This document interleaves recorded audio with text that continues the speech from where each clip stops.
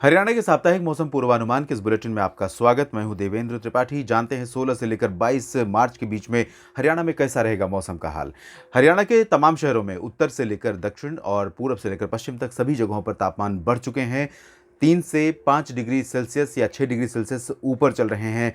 अधिकतम तापमान और न्यूनतम तापमान भी सामान्य से ऊपर हो चुके हैं। गुरुग्राम, फरीदाबाद, पानीपत, सोनीपत, रेवाड़ी, चरखी दादरी, झज्जर, महेंद्रगढ़ से लेकर पलवल और फतेहाबाद, नूंह तक तमाम जगहों पर तापमान बढ़ चुके हैं। तो अगले 3 दिन अब हवाओं का रुख बदल रहा है। अभी तक उत्तर पश्चिमी दिशा की हवाएं चल रही थी, अब पूर्वी हवाएं आ रही हैं बंगाल की खाड़ी की तरफ से। तो यहाँ आज और कल और 18 मार्च तक, यानी 16, 17 और 18 मार्च होली के दिन तक पूर्वी दिशा की हवाओं का प्रभाव रहेगा हरियाणा के ऊपर, और कभी कभी पश्चिमी दिशा की अरब सागर से हवाएं आ सकती हैं। तो मॉइस्चर रहेगा। मॉइस्चर के कारण और बढ़ते तापमान के कारण आइसोलेटेड प्लेसेस पर थोड़े बहुत बादल बनते हुए दिख सकते हैं, या घुमड़ भी सकते हैं। बादलों की गर्जना के साथ कहीं कहीं बूंदाबांदी और धूल भरी आंधी भी चल सकती है, लेकिन इसकी प्रोबेबिलिटी भी बहुत ज़्यादा नहीं है, क्योंकि अभी टेम्परेचर उस लेवल पर नहीं पहुंचे हैं जब मॉइस्चर आते ही वो अचानक बादल में कन्वर्ट हो जाए। तो यहाँ इस तरह की स्थितियाँ आइसोलेटेड प्लेसेस पर बन सकती हैं, लेकिन जैसा कि मैंने कहा प्रोबेबिलिटी बहुत अधिक नहीं है। उसके बाद 18 मार्च के बाद 19 मार्च से फिर से परिवर्तन होगा। उत्तरी दिशा की और उत्तर पश्चिमी दिशा की हवाओं का आना शुरू होगा,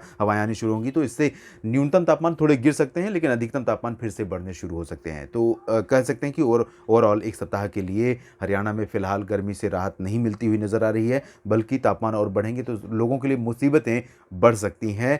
और उत्तरी इलाकों में पंचकुला, अंबाला, यमुनानगर, कैथल, करनाल, रोहतक, जींद, इन सभी क्षेत्रों में भी तापमान बढ़ने से लोगों की मुश्किलें काफ़ी हद तक बढ़ सकती हैं। लेकिन फसलें इस समय मैच्योर होने की अवस्था में, तो किसानों के लिए जहां पर कटाई और मड़ाई का इंतजार कर रहे हैं, किसान फसल पकने का इंतजार कर रहे हैं, वहां पर यह मौसम किसानों के लिए मददगार साबित होगा। जल्दी पकेंगी, जल्दी तैयार होंगी और कटाई मड़ाई का काम जल्दी से निपटा सकते हैं। लेकिन अगर आप मैच्योरिटी से पहले सिंचाई का इंतजार कर रहे हैं तो आपको करना पड़ेगा, क्योंकि इस मौसम में मॉइस्चर पूरी तरह से ज़मीन से, मिट्टी की जो नमी है वो ख़त्म हो जाएगी और पौधे भी परिपक्व होने से पहले कमज़ोर हो सकते हैं। तो सिंचाई की अगर आवश्यकता बची हुई है तो उसको ज़रूर पूरा करें, ताकि ईल्ड यानी उत्पादकता फसल की वो कम ना होने पाए और आपको किसी तरह का नुकसान ना होने पाए। हरियाणा के साप्ताहिक मौसम पूर्वानुमान के इस बुलेटिन में इतना ही। धन्यवाद।